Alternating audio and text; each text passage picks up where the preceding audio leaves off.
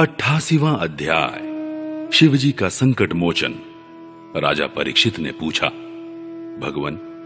भगवान शंकर ने समस्त भोगों का परित्याग कर रखा है, परंतु देखा यह जाता है कि जो देवता, असुर अथवा मनुष्य उनकी उपासना करते हैं वे प्राय धनी और भोग संपन्न हो जाते हैं, और भगवान विष्णु लक्ष्मीपति हैं, परंतु उनकी उपासना करने वाले प्राय धनी और भोग संपन्न नहीं होते। दोनों प्रभु त्याग और भोग की दृष्टि से एक दूसरे से विरुद्ध स्वभाव वाले हैं, परंतु उनके उपासकों को उनके स्वरूप के विपरीत फल मिलता है। मुझे इस विषय में बड़ा संदेह है कि त्यागी की उपासना से भोग और लक्ष्मीपति की उपासना से त्याग कैसे मिलता है। मैं आपसे यह जानना चाहता हूं। श्री सुखदेव जी कहते हैं, परीक्षित, शिव जी सदा अपनी शक्ति से युक्त रहते हैं। वे सत्व आदि गुणों से युक्त तथा अहंकार के अधिष्ठाता हैं। अहंकार के 3 भेद हैं, वैकारिक, तेजस और तामस। त्रिविध अहंकार से 16 विकार हुए, 10 इंद्रियां, 5 महाभूत और 1 मन। अतः इन सब के अधिष्ठात्री देवताओं में से किसी एक की उपासना करने पर समस्त ऐश्वर्यों की प्राप्ति हो जाती है। परंतु परीक्षित, भगवान श्री हरि तो प्रकृति से परे स्वयं पुरुषोत्तम एवं प्राकृत गुण रहित हैं। वे सर्वज्ञ तथा सबके अंतःकरणों के साक्षी हैं। जो उनका भजन करता है वह स्वयं भी गुणातीत हो जाता है। परीक्षित, जब तुम्हारे दादा धर्मराज युधिष्ठिर अश्वमेध यज्ञ कर चुके, तब भगवान से विविध प्रकार के धर्मों का वर्णन सुनते समय उन्होंने भी यही प्रश्न किया था। परीक्षित, भगवान श्री कृष्ण सर्वशक्तिमान परमेश्वर हैं। मनुष्यों के कल्याण के लिए ही उन्होंने यदुवंश में अवतार धारण किया था। राजा युधिष्ठिर का प्रश्न सुनकर और उनकी सुनने की इच्छा देखकर उन्होंने प्रसन्नता पूर्वक इस प्रकार उत्तर दिया था। भगवान श्री कृष्ण ने कहा, राजन, जिस पर मैं कृपा करता हूं उसका सब धन धीरे धीरे छीन लेता हूं। जब वह निर्धन हो जाता है तब उसके सगे संबंधी उसके दुखाकुल चित्त की परवाह न करके उसे छोड़ देते हैं। फिर वह धन के लिए उद्योग करने लगता है, तब मैं उसका वह प्रयत्न भी निष्फल कर देता हूं। इस प्रकार बार बार असफल होने के कारण जब धन कमाने से उसका मन विरक्त हो जाता है, उसे दुख समझकर वह उधर से अपना मुंह मोड़ लेता है और मेरे प्रेमी भक्तों का आश्रय लेकर उनसे मेल जोल करता है। तब मैं उस पर अपनी अहेतुक कृपा की वर्षा करता हूं। मेरी कृपा से उसे परम सूक्ष्म अनंत सच्चिदानंद स्वरूप पर ब्रह्म की प्राप्ति हो जाती है। इस प्रकार मेरी प्रसन्नता, मेरी आराधना बहुत कठिन है। इसी से साधारण लोग मुझे छोड़कर मेरे ही दूसरे रूप अन्यान्य देवताओं की आराधना करते हैं। दूसरे देवता आशुतोष हैं। वे झटपट पिघल पड़ते हैं और अपने भक्तों को साम्राज्य लक्ष्मी दे देते हैं। उसे पाकर वे उच्छृंखल, प्रमादी और उन्मत्त हो उठते हैं और अपने वरदाता देवताओं को भी भूल जाते हैं तथा उनका तिरस्कार कर बैठते हैं। श्री सुखदेव जी कहते हैं, परीक्षित, ब्रह्मा, विष्णु और महादेव ये तीनों शाप और वरदान देने में समर्थ हैं, परंतु इनमें महादेव और ब्रह्मा शीघ्र ही प्रसन्न या रुष्ट होकर वरदान अथवा शाप दे देते हैं, परंतु विष्णु भगवान वैसे नहीं हैं। इस विषय में महात्मा लोग एक प्राचीन इतिहास कहा करते हैं। भगवान शंकर एक बार वृकासुर को वर देकर संकट में पड़ गए थे। परीक्षित, वृकासुर शकुनी का पुत्र था। उसकी बुद्धि बहुत बिगड़ी हुई थी। एक दिन कहीं जाते समय उसने देवर्षि नारद को देख लिया और उनसे पूछा कि तीनों देवताओं में झटपट प्रसन्न होने वाला कौन है। परीक्षित, देवर्षि नारद ने कहा, तुम भगवान शंकर की आराधना करो, इससे तुम्हारा मनोरथ बहुत जल्दी पूरा हो जाएगा। वे थोड़े ही गुणों से शीघ्र प्रसन्न और थोड़े ही अपराध से तुरंत क्रोध कर बैठते हैं। रावण और बाणासुर ने केवल बंदी जनों के समान शंकर जी की कुछ स्तुतियां की थीं। इसी से वे उन पर प्रसन्न हो गए और उन्हें अतुलनीय ऐश्वर्य दे दिया।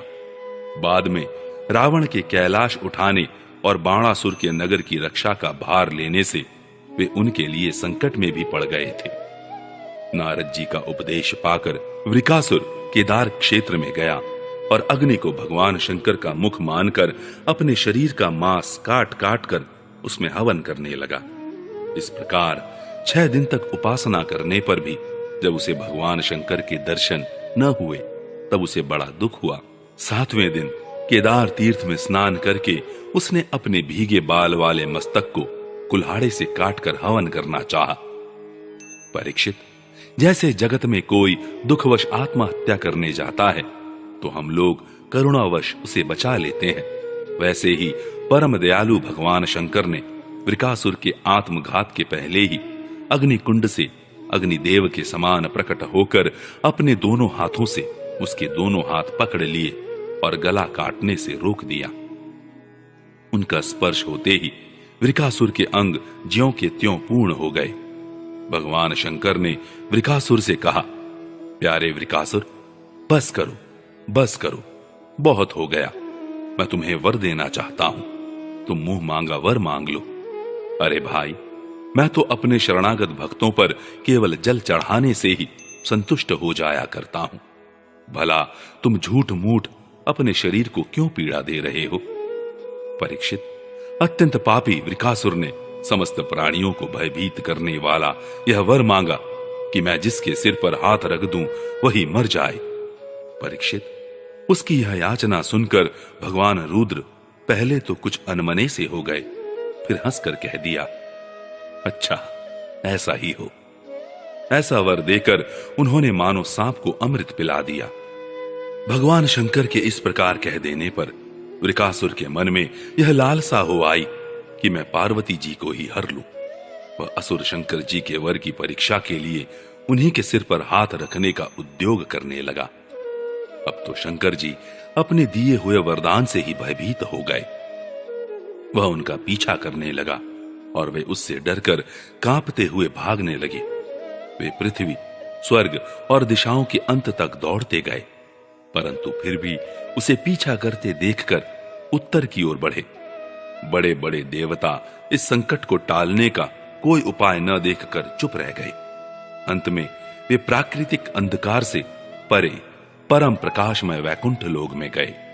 वैकुंठ में स्वयं भगवान नारायण निवास करते हैं।